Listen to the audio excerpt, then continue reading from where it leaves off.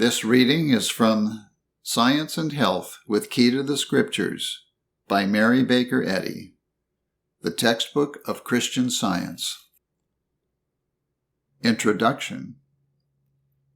Ye shall know the truth, and the truth shall make you free.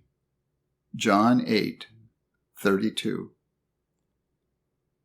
There is nothing either good or bad, but thinking makes it so. Shakespeare. Oh, thou hast heard my prayer, and I am blessed. This is thy high behest, thou, here, and everywhere. Mary Baker Eddy. Preface. To those leaning on the sustaining infinite, today is big with blessings. The wakeful shepherd beholds the first faint morning beams, ere cometh the full radiance of a risen day. So shone the pale star to the prophet shepherds. Yet it traversed the night, and came where in cradled obscurity lay the Bethlehem babe, the human herald of Christ, truth, who would make plain to benighted understanding the way of salvation through Christ Jesus, till across a night of error should dawn the morning beams and shine the guiding star of being. The wise men were led to behold and to follow this day star of divine science, lighting the way to eternal harmony. The time for thinkers has come. Truth, independent of doctrines and time-honored systems, knocks at the portal of humanity. Contentment with the past and the cold conventionality of materialism are crumbling away. Ignorance of God is no longer the stepping stone to faith. The only guarantee of obedience is a right apprehension of Him, whom to know aright is life eternal. Though empires fall, the Lord shall reign forever. A book introduces new thoughts, but it cannot make them speedily understood. It is the task of the sturdy pioneer to hew the tall oak and to cut the rough granite. Future ages must declare what the pioneer has accomplished. Since the author's discovery of the might of truth in the treatment of disease as well as of sin, her system has been fully tested and has not been found wanting. But to reach the heights of Christian Science, man must live in obedience to its divine principle. To develop the full might of this science, the discords of corporeal sense must yield to the harmony of spiritual sense, even as the science of music corrects false tones and gives sweet concord to sound. Theology and physics teach that both spirit and matter are real and good, whereas the fact is that spirit is good and real, and matter is spirit's opposite. The question, what is truth, is answered by demonstration, by healing both disease and sin. And this demonstration shows that Christian healing confers the most health and makes the best men. On this basis, Christian Science will have a fair fight. Sickness has been combated for centuries by doctors using material remedies. But the question arises, is there less sickness because of these practitioners? A vigorous no is the response deducible from two connect facts: the reputed longevity of the antediluvians and the rapid multiplication and increased violence of diseases since the flood. In the author's work, Retrospection and Introspection, may be found a biographical sketch narrating experiences which led her, in the year 1866, to the discovery of the system that she denominated Christian Science. As early as 1862, she began to write down and give to friends the results of her scriptural study, for the Bible was her sole teacher. But these compositions were crude, the first steps of a child in the newly discovered world of spirit. She also began to jot down her thoughts on the main subject, but these jottings were only infantile lispings of truth.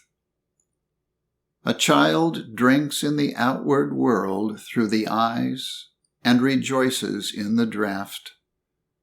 He is as sure of the world's existence as he is of his own. Yet he cannot describe the world. He finds a few words, and with these he stammeringly attempts to convey his feeling. Later, the tongue voices the more definite thought, though still imperfectly. So was it with the author. As a certain poet says of himself, she lisped in numbers, for the numbers came. Certain essays written at that early date are still in circulation among her first pupils, but they are feeble attempts to state the principle and practice of Christian healing, and are not complete nor satisfactory expositions of truth.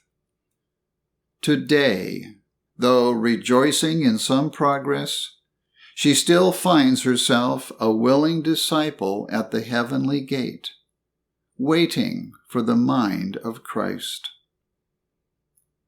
Her first pamphlet on Christian Science was copyrighted in 1870. But it did not appear in print until 1876, as she had learned that this science must be demonstrated by healing before a work on the subject could be profitably studied. From 1867 until 1875, copies were, however, in friendly circulation. Before writing this work, Science and Health, she made copious notes of scriptural exposition, which have never been published. This was during the years 1867 and 1868. These efforts show her comparative ignorance of the stupendous life problem up to that time, and the degrees by which she came at length to its solution. But she values them as a parent may treasure the memorials of a child's growth, and she would not have them changed. The first edition of Science and Health was published in 1875.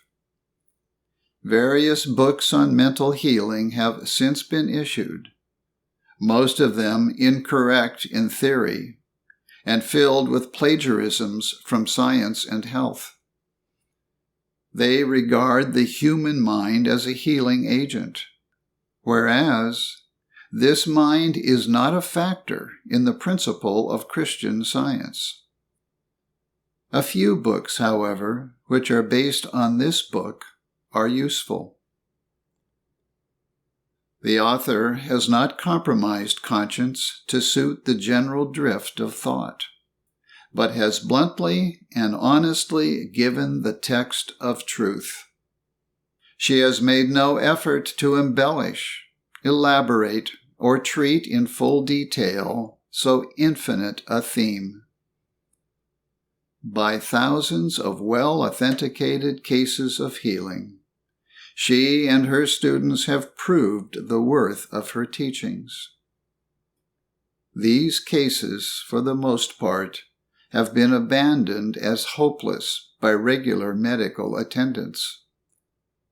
Few invalids will turn to God till all physical supports have failed, because there is so little faith in His disposition and power to heal disease. The divine principle of healing is proved in the personal experience of any sincere seeker of truth. Its purpose is good, and its practice is safer and more potent than that of any other sanitary method.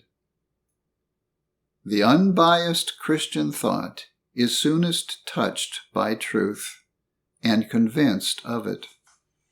Only those quarrel with her method who do not understand her meaning, or discerning the truth, come not to the light, lest their works be reproved. No intellectual proficiency is requisite in the learner, but sound morals are most desirable.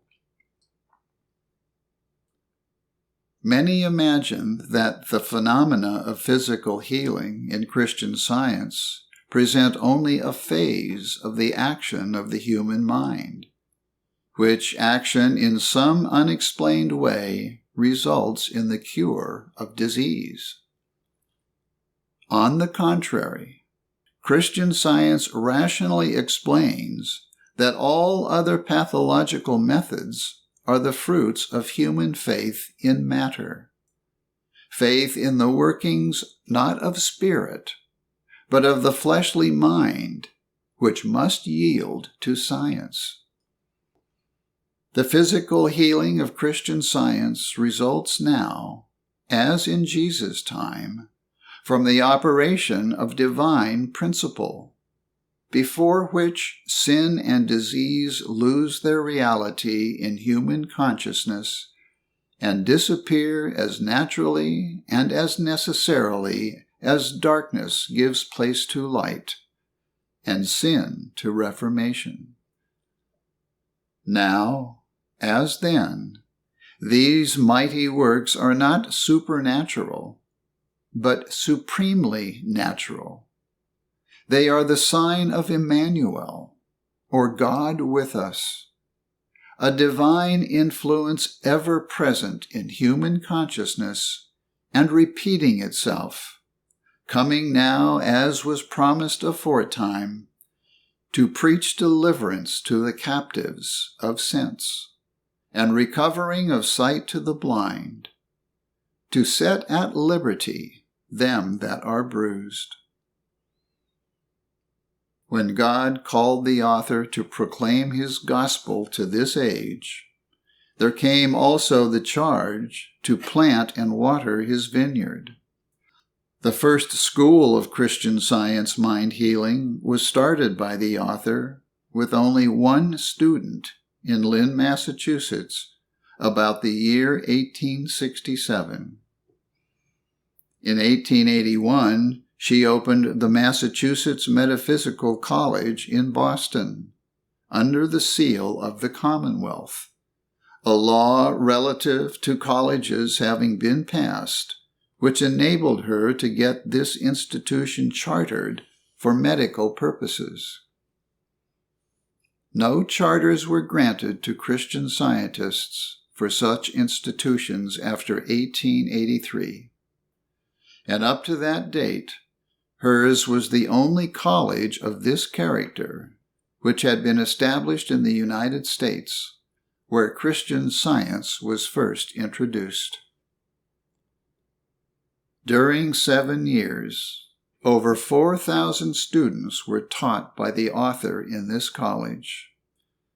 Meanwhile, she was pastor of the first established Church of Christ Scientist, president of the First Christian Scientist Association, convening monthly, publisher of her own works, and, for a portion of this time, sole editor and publisher of the Christian Science Journal, the first periodical issued by Christian Scientists.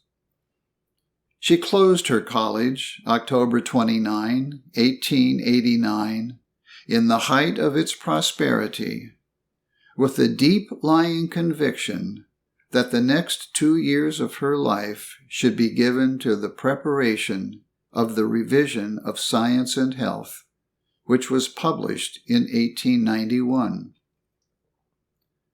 She retained her charter and, as its president, reopened the college in 1899 as auxiliary to her church.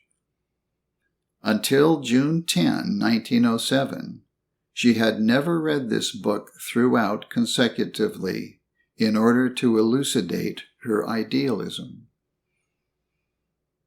In the spirit of Christ's charity, as one who hopeth all things, endureth all things, and is joyful to bear consolation to the sorrowing, and healing to the sick, she commits these pages to honest seekers for truth.